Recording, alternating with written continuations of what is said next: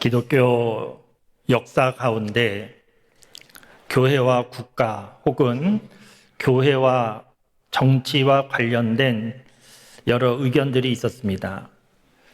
우리 기독교 신앙에 큰 영향을 끼친 어거스틴, 마틴 루터, 칼빈, 이런 대단한 믿음의 사람들이 주장한 의견들을 포함하여서 우리 기독교 역사에서 교회와 정치와 관련된 의견들을 종합해 보면 세 가지로 종합할 수 있습니다. 첫째는 교회와 정치는 분리되어야 되고 서로 관여하면 안 된다. 그런 입장입니다. 두 번째는 이와 반대로 교회와 정치는 분리될 수 없고 적극적으로 참여하고 오히려 교회가 정치를 지도해야 된다. 이런 입장입니다. 그리고 세 번째 내용은 교회는 정치적인 일들에 대하여서 중립적인 입장을 취해야 된다. 이렇게 세 가지로 정리가 될 수 있습니다. 그런데 이 세 가지 내용이 옳은 것이고 교회는 이 세 가지 내용 중에 한 가지 입장을 취해야 되는 것은 아닙니다. 왜냐하면 우리가 살고 있는 세상에 정치적인 사안들이 워낙 다양하고 그래서 획일적으로 교회의 입장은 정치에 거리를 두어야 된다, 정치에 참여해야 된다, 혹은 중립적이어야 된다, 획일적으로 이렇게 말하기 어렵기 때문입니다. 최근 우리나라 생각해 보면 우리 교우 여러분들 아는 대로 우리나라 대통령 탄핵이라고 하는 상황 가운데 많은 어려움이 있습니다. 탄핵에 대하여 찬성하는 입장이 있고 반대하는 입장이 있고 그래서 서로 다른 입장 가운데 주장하고 그래서 분열이 무척 심한 안타까운 이런 일들이 우리나라에서 일어나고 있는데 이 대통령 탄핵 상황은 교회에도 영향을 미치고 있습니다. 교회에 따라서는 탄핵과 관련하여 분명한 입장을 밝히는 그런 교회도 있고 그래서 설교 시간에 혹은 대표 기도 시간에 한쪽 입장에 선 설교나 기도하게 되는 일이 있는데 그렇게 설교나 기도를 듣는 교인 가운데 본인의 입장과 달라서 화가 나서 예배 시간에 일어나서 나가버리는 그런 교인도 있습니다. 그리고 그냥 나가버리는 것뿐만 아니고 교회 출석을 그만두고 교회를 옮겨버리는 이런 일도 있습니다. 그런데 좀 특이한 점은 이렇게 자신의 정치적인 입장과 맞지 않는 교회에 실망하고 떠나고 그러면 교인 수가 줄어들어야 되는데 그렇게 정치적인 입장을 밝히는 교회는 교인 수가 오히려 늘어나고 있습니다. 왜냐하면 다른 교회에서 오는 교인들이 있기 때문에 그 정치적인 입장이 좋아서 교회를 옮겨서 오는 교인들이 있기 때문에 정치적인 의견을 분명히 하는 교회는 교인 숫자가 오히려 늘어나고 있습니다. 정치적인 입장이 같은 사람들끼리 모이면 편리한 점이 많이 있을 겁니다. 그런데 여러분, 정치적인 입장이 같은 사람들이 모여서 교회가 부흥되고 있다라고 할 때에 그 교회는 제대로 된 좋은 교회인가? 라고 하는 것을 생각해 볼 때 그렇지 않습니다. 우리가 무슨 일이든지 판단할 때 근거는 성경 말씀이 되어야 됩니다. 어떤 교회가 좋은 교회일까 하는 것도 성경 말씀이 기준이어야 됩니다. 그러니까 내가 생각할 때 이런 교회가 좋은 교회다 나름대로 생각해서 될 일이 아니고 성경 말씀대로 기록된 교회가 성경 말씀대로 행하는 교회가 좋은 교회인데 여러분 성경 말씀을 좀 생각해 보시면 예수님의 12제자를 우선 생각해 보시면 예수님의 12제자 가운데 열심당원이 있었습니다.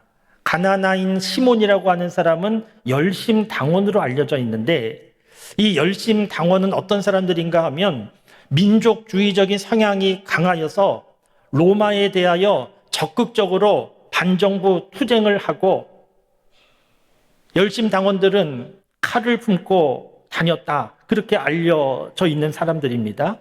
예수님 제자 가운데 이런 열심 당원이 있었다는 겁니다. 그런가 하면 민족의 반역자라고 평가될 수 있는 세리, 당시에 로마 정부로 유대인들 세금을 걷어서, 그것도 많이 어떻게 해서든지 더 걷어서 보내고 본인이 갖고, 그러면서 민족의 배반자 입장에 있었던 세리 직업 마태도 예수님의 제자였습니다. 열심 당원과 세리는 함께 있을 수 있는 사람이 아니었습니다. 요즘으로 하면 탄핵 찬성하는 사람과 탄핵 반대하는 사람이 예수님의 제자로 함께 있었다는 겁니다. 그런데 문제가 없었습니다. 왜냐하면 정치적인 입장으로 모인 것이 아니고 예수님을 믿는 믿음으로 모였기 때문에 열심 당원이나 세리나 함께 있어도 문제가 되지 않았습니다. 여러분, 교회는 그런 곳입니다. 교회는 정치적인 입장 같은 사람들끼리 모인 곳이 아니고, 그렇게 되면 정당일 수는 있지만 교회일 수는 없습니다. 교회는 예수님을 믿는 믿음으로 서로 정치적인 입장이 달라도 함께 모인 곳이 교회입니다. 예루살렘 초대교회도 생각해 보시면 성령의 임재 가운데 사랑이 넘치는 그런 교회였는데, 그런데 예루살렘 교회 구성원을 보면 주인도 있고 종도 있고 부유한 사람도 있고 가난한 사람도 있었습니다. 주인끼리 모이고 종끼리 모이고 부유한 사람끼리 가난한 사람끼리 모여서 그래서 사랑이 넘치는 교회가 된 것이 아니고, 주인과 종이, 부유한 사람과 가난한 사람이 함께 모였는데도 사랑이 넘치는 교회였다는 겁니다. 왜 그런가 하면 예수님을 믿는 믿음으로 모였기 때문입니다. 교회는 서로 신분과 삶의 환경이 또 계급이 다르다 할지라도 예수님 믿는 믿음으로 그 모든 것을 초월해서 함께 모인 곳이 교회입니다. 여러분, 무엇보다 오늘 본문 말씀을 보시면, 오늘 본문 말씀은 참 놀랍고 충격적인 말씀인데, 왜 놀랍고 충격적인가 하면, 오늘 본문 말씀의 내용 간략하게 말씀드리면, 전에는 우리가 멀리 있었는데 이제는 그리스도 안에서 그리스도의 피로 우리가 가까워졌고 이제는 우리가 하나 되었다, 이런 말씀이 오늘 본문 말씀의 핵심적인 내용이기 때문입니다. 이 우리가 누구인가가 참 중요한 것인데, 우리는 유대인과 이방인입니다. 유대인과 이방인은 가까워질 수 없었고 하나 될 수 없는 사람들이었습니다. 정말 원수와 같은, 그렇게 서로를 여기는 사람들이 유대인과 이방인이었습니다. 누군가 나서서 내가 유대인과 이방인 좀 화목하게 하는 일에 힘써 보겠다 하는 사람이 있다고 하면 100% 실패할 수밖에 없는, 서로에 대하여 너무너무 싫어하고 너무너무 미워하는 사람들이 유대인과 이방인인데, 그런데 이 사람들이 가까워졌다는 겁니다. 어떻게 가까워졌는가? 그리스도의 피로 가까워졌는데, 예수님의 피로 가까워졌는데, 예수님의 피는 예수님께서 십자가에서 흘린 피를 의미합니다. 유대인과 이방인이 어떻게 가까워졌는가? 예수님의 십자가로 가까워졌다는 겁니다. 단순히 가까워진 것이 아니고 하나 됐다는 겁니다. 지금 우리에게 있어서 십자가는 좀 어렵습니다. 십자가 잘 설명해도 이해하기가 쉽지가 않습니다. 우리에게 있어서 십자가는 교리적인 영역에 있습니다. 그런데 예수님께서 세상에 오셔서 사역하시고 십자가에서 죽으시고 부활하셨던 당시에 사람들에게 있어서 십자가는 교리적인 영역이 아니었습니다. 실제로 예수님 사역하실 때 눈으로 본 사람들이 있었고, 십자가에 죽으실 때 십자가의 죽음도 현장에서 목격한 사람이 있고, 예수님 부활하신 것도 본 사람이 있습니다. 당시 사람들에게 있어서 문제는 십자가가 교리적이어서 어려워서 문제가 아니고 십자가가 너무 생생한데 십자가의 깊은 뜻을 이해하지 못한 것에 문제가 있었습니다. 예수님은 십자가에 죽으실 만한 죄가 없습니다. 극악한 죄인이 죽는 그 처형 대가 십자가인데 예수님은 그런 죄가 없습니다. 그리고 예수님은 세상에 오셔서 남다른 대단한 능력을 보여주셨기 때문에 무력하게 십자가에 죽지 않으셔도 되는 겁니다. 그 대단한 능력으로 그냥 내려오시면 되는데 예수님은 무력하게 십자가에서 죽으셨습니다. 그래서 사람들이 이해가 잘 되지 않은 겁니다. 아무 죄가 없는 예수님이, 대단한 능력을 가진 예수님이 왜 십자가에서 무력하게 죽으셨을까? 처음엔 이해가 되지 않았지만 시간이 지나면서 점점 알게 됐는데 예수님께서 십자가에 죽으신 이유가 놀랍게도 죄인된 나의 죄를 용서하시기 위한 하나님의 방법이었다는 것. 하나님이 나를 사랑하시기 위하여 사랑하셨기 때문에 나를 구원하시기 위하여 내가 죽어야 되는 그 자리에 예수님 대신 죽게 하셨다는 것. 그래서 내가 예수님의 죽음으로 용서함을 받고 살아나게 됐다는 것, 사람들이 깨달아 알게 되었을 때 너무 놀랍고 감격하고 가만히 있을 수가 없어서 하나님을 높이고 찬양하게 되는데, 이렇게 십자가를 이해하게 될 때 사람들은 또 한 가지 중요한 사실을 알게 된 겁니다. 어떤 사실을 알게 됐는가 하면 유대인의 입장에서 하나님이 우리 유대인만 사랑하신 게 아니구나. 하나님이 저 이방인도 사랑하신 거구나. 이방인의 입장에서 하나님이 우리 유대인만 사랑하신 것이 아니구나. 이방인의 입장에서 우리 이방인만 사랑하신 것이 아니고 저 유대인도 사랑하신 거구나. 그렇게 서로를 바라보는 이해의 폭이 넓어지게 된 겁니다.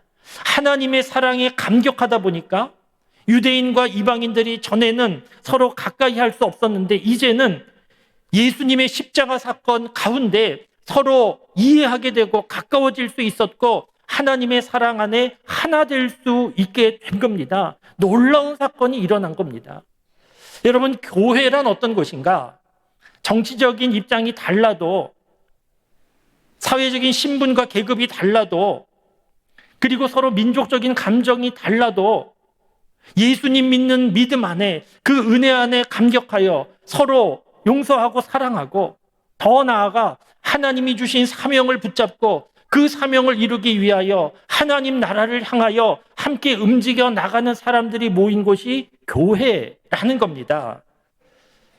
여러분, 교회가 어떤 곳인지 헷갈리지 말고 놓치지 말고 잘 이해하셔야 됩니다. 그런데 이렇게 말씀드리면, 그러면 교회는 현실적인 세상의 문제는 별로 관심도 없고 모여서 하나님 나라만 생각하는 그런 곳인가? 그렇게 생각하실 수 있는데 그렇지 않습니다. 왜냐하면 그럴 수가 없기 때문입니다.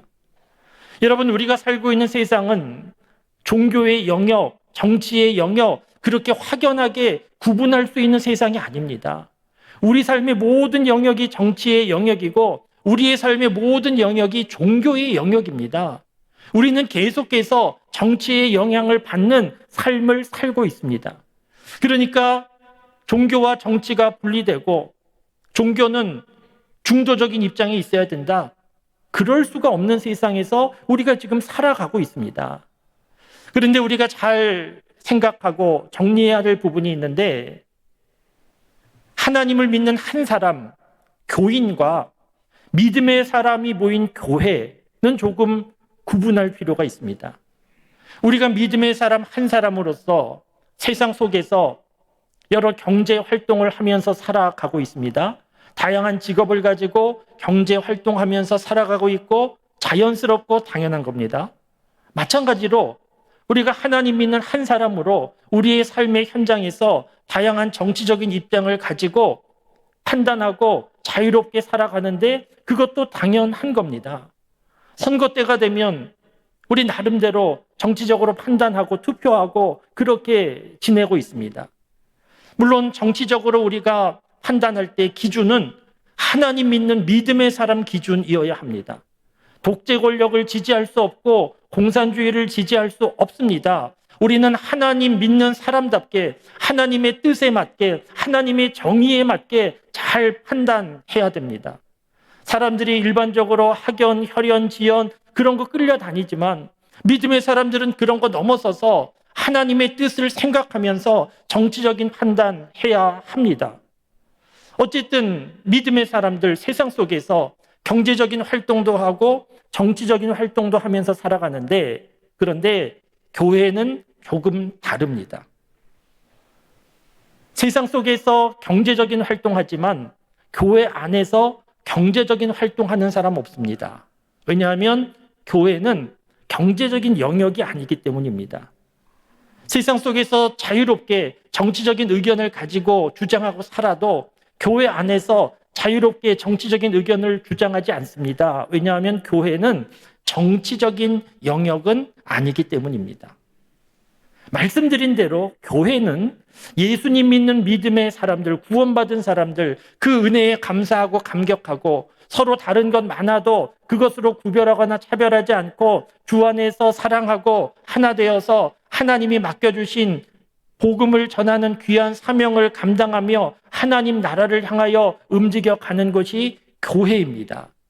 그래서 교회는 정치적인 사안에 대하여 신중해야 됩니다. 잘 이해하셔야 되는데, 교회는 정치와 관계없다, 분리되어야 된다, 교회는 중도적인 입장이어야 한다, 그런 말씀이 아니고 교회는 신중해야 됩니다. 왜냐하면 신중할 수밖에 없는 이유들이 있습니다. 여러분, 지금 우리나라 생각해 보시면 대통령 탄핵 당하고 탄핵에 대하여 찬성하는 사람들이 있고 반대하는 사람들이 있습니다. 각각 자기 입장이 있습니다. 우리 교우들 가운데에서도 탄핵에 찬성하는 분들이 있고 반대하는 분들이 있습니다. 그리고 자기 입장이 옳다고 판단하고 주장합니다. 상대 입장에 있는 사람들에 대하여 잘 몰라서 무지해서 그렇다고 비난하고 비판하기도 합니다. 어쨌든 지금 두 입장이 있습니다. 그런데 이렇게 탄핵에 찬성하고 반대하는 두 입장 잘 살펴보면 사실은 같은 마음입니다. 같은 마음. 잘 이해가 안 되실 수도 있는데, 같은 마음은 어떤 마음인가 하면 나라를 사랑하는 마음입니다. 어떤 입장에 서 있든지 주장하는 이유가 무엇인가 하면 그 입장이 나라를 사랑하는 것이라고 믿기 때문입니다. 상대편 입장은 나라를 사랑하는 것이 아니라고 비난하고 있지만, 그러나 어찌됐든 양쪽에서 서로 주장하는 이유, 핵심은 무엇인가 하면 나라를 사랑하기 때문입니다. 이렇게 돼야 우리나라가 산다. 나라를 사랑하는 마음으로 주장하는 겁니다. 물론 권력에 대한 욕심과 당리학에 따라 움직이는 사람들도 있지만 대다수 국민들의 마음은 나라를 사랑하는 마음이기 때문에 한쪽 입장에 서서 주장하고 있는 겁니다. 이렇게 나라를 사랑하는 마음으로 주장하는 것이 서로 갈라지고 있는데, 이것이 진리의 문제가 아닌데, 그래서 헌법재판소 판단을 기다리고 있는데 교회가 한쪽에 서서 이것이 옳은 것이라고 판단할 이유가 없고 판단할 권리도 없습니다. 교회가 신중할 수밖에 없는 겁니다. 그리고 우리나라 생각해 보시면 독재 권력이 공포 정치를 하고 있는 상황이 아닙니다. 독일의 유명한 보네퍼라고 하는 목사님이 계셨습니다. 이 보네퍼 목사님은 뭐라고 말씀하셨는가 하면, 침묵하는 것은 악을 지지하는 것이다. 하나님 앞에 중도는 없다. 이렇게 말씀하시고 실제로 정치 현장에서 적극적으로 참여하셨습니다. 그런데 보네퍼 목사님이 침묵하는 것은 악을 지지하는 거라고, 하나님 앞에 중도는 없다고 그러면서 정치에 참여했을 때, 당시는 독일의 나치 정권, 히틀러 정권이 무려 600만 명 넘는 사람들을 가스실에 집어넣고 죽이던 때였습니다. 그 히틀러 나치 정권의 폭정이 극에 달하였고, 그 상황 가운데 아무도 말하지 않고 침묵하고 있던 때인데, 그때에 침묵하는 것은 악을 지지하는 거라고 적극적으로 움직였습니다. 여러분, 지금 우리나라를 생각해 보시면 독재 권력이 공포 정치를 실시하여 모든 국민들이 꼼짝 못하는 상황 아닙니다. 정당이 제 기능을 발휘하고 있습니다. 언론의 자유가 줄어들지 않았습니다. 개인 유튜버까지 언론의 자유가 넘쳐나는 것과 같은 우리나라 상황. 인권이 억압당하고 누군가 억울하게 감옥 가고 아무 말도 못하고 그런 세상 아닙니다. 정당과 언론도 제대로 돌아가고 있고 과하다 싶을 정도로 움직이고 있는데, 이러한 때에 교회가 나서서 서로 다른 입장이 있는데, 나라를 사랑하는 입장으로 있는데, 모든 기능이 정상적으로 움직이고 있는데 교회가 나서서 정치적인 사항에 대하여 판단해 줄 그럴 이유가 없습니다. 신중할 수밖에 없습니다. 무엇보다도 교회는 처음부터 정치적인 입장에 대하여 판단해 주는 곳이 아니었습니다. 여러분, 예수님을 생각해 보십시오. 예수님은 우리가 사는 세상과 무관한 곳에, 정치적인 영역이 아닌 곳에 오신 예수님이 아니고, 우리가 살고 있는 세상 가운데 그 어느 시대보다 정치적으로 혼란했고 로마의 압제가 있던 시대에 오셨습니다. 그리고 예수님은 로마 정권의 정치적인 판단 가운데 십자가에서 죽으신 겁니다. 그런데 예수님은 정치적인 세상에 오셨지만 세상 나라를 바꾸려고 하지 않으셨습니다. 예수님의 제자들은 끊임없이 예수님에게 이스라엘 나라가 회복될 때가 언제입니까? 세상 나라에 대하여 관심을 가지고 물었지만 예수님은 계속해서 하나님 나라에 대하여 말씀하셨고, 예수님의 제자들은 결국 세상 나라를 넘어선 하나님 나라를 바라보는 사람들, 하나님 나라를 전하는 사람들이 되었습니다. 여러분, 교회는 입장과 위치가 애매하지 않습니다. 이것도 저것도 아닌 중도적인 위치에 있는 게 아닙니다. 최근에 미국의 릭 워렌이라고 하는 목사님이 계신데, 세들백 교회 담임 목사님이시고 목적이 이끄는 40일 책을 쓰셔서 우리나라에도 많이 알려진 목사님이신데, 이 릭 워렌 목사님이 최근 자신이 쓴 글에 대하여 사과하는 일이 있었습니다. 어떤 글을 쓰셨는가 하면, 우리 시대에 예수님이 오신다고 하면 예수님의 정치적인 입장은 중도일 것이다, 이렇게 글을 썼다가 사과했습니다. 왜냐하면 그 글을 읽은 사람들이 이 릭 워렌 목사님이 예수님께서 십자가상에서 두 강도 사이에 계신 그것을 언급하면서 예수님은 중도적인 입장이라고 글을 썼는데, 그 글을 본 사람들이 예수님께서 십자가상 두 강도 사이에 있었던 것은 두 강도와 같은 죄를 범했기 때문이 아니고 그들을 구원하시기 위하여 거기에 임재하셨을 뿐이다. 예수님은 이 세상 사람들과 같은 수준이 아니다.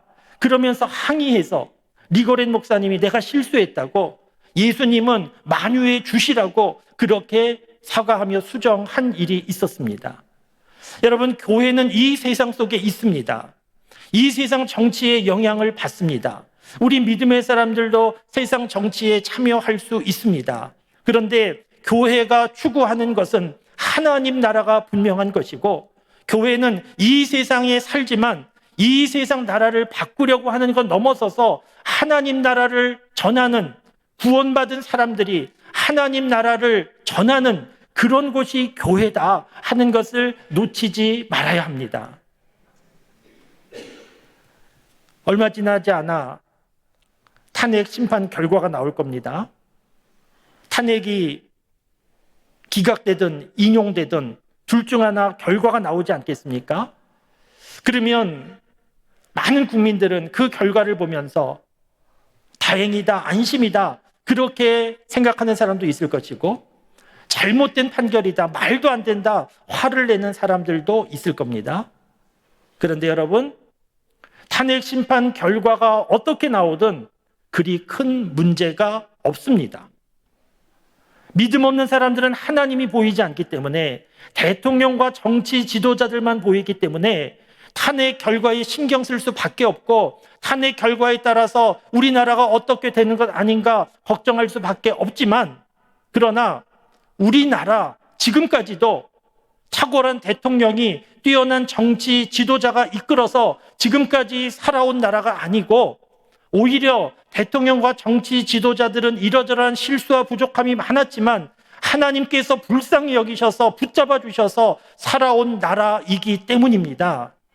믿음의 사람들은 이것을 알고 이것을 보고 있는 사람들입니다. 그래서 탄핵의 결과가 어떻게 나오든 그것이 큰 문제가 아니다. 중요한 것은 하나님께서 우리나라 붙잡아 주시는 것이고, 우리가 믿음으로 구하며 나아갈 때 하나님께서 도와주실 것이다 하는 것이 중요한 내용입니다. 그렇기 때문에 사랑하는 성도 여러분, 우리가 세상 속에서 정치와 무관하게 살 수 없고 정치의 영역에서 살지만, 대통령과 정치 지도자들만 바라보지 말고 더욱 눈을 들어 하나님을 바라보실 수 있기를 바랍니다. 교회는 정치적인 입장에 따라 서로 구분하고 배척하고 나누는 그런 것이 아니고, 그 모든 것을 다 초월해서 예수님 믿는 믿음으로 하나 되고 형제 자매가 되고, 그 믿음 안에 사랑하고 그 힘을 가지고 하나님 나라를 세상에 전하고 하나님 나라를 향하여 움직이는 곳이 교회입니다. 우리 모두는 나라를 사랑합니다. 나라를 사랑하지 않는 사람은 아무도 없습니다. 나라를 사랑하기 때문에 우리나라가 잘 되기 위하여, 바른 길을 가기 위하여 기도해야 합니다. 그러나 무엇보다 하나님 나라를 놓치면 안 됩니다. 교회에서 함께 모여서 구원받은 믿음의 사람들이 하나님 나라를 생각하며 전하며 살아가는 교회, 그 교회가 바로 설 때 나라도 바로 세워질 수 있습니다. 나라를 위하여 기도하고, 무엇보다 하나님 나라를 놓치지 말고 하나님 은혜 가운데 구원받은 사람들 서로 주 안에서 사랑하고 그 힘을 가지고 이 세상 가운데 하나님 나라를 전하며 하나님 나라, 이 세상 가운데 임할 수 있도록 기도하며 만들어 나아가는 힘쓰는 우리 모두가 다 될 수 있기를 주님의 이름으로 축원합니다.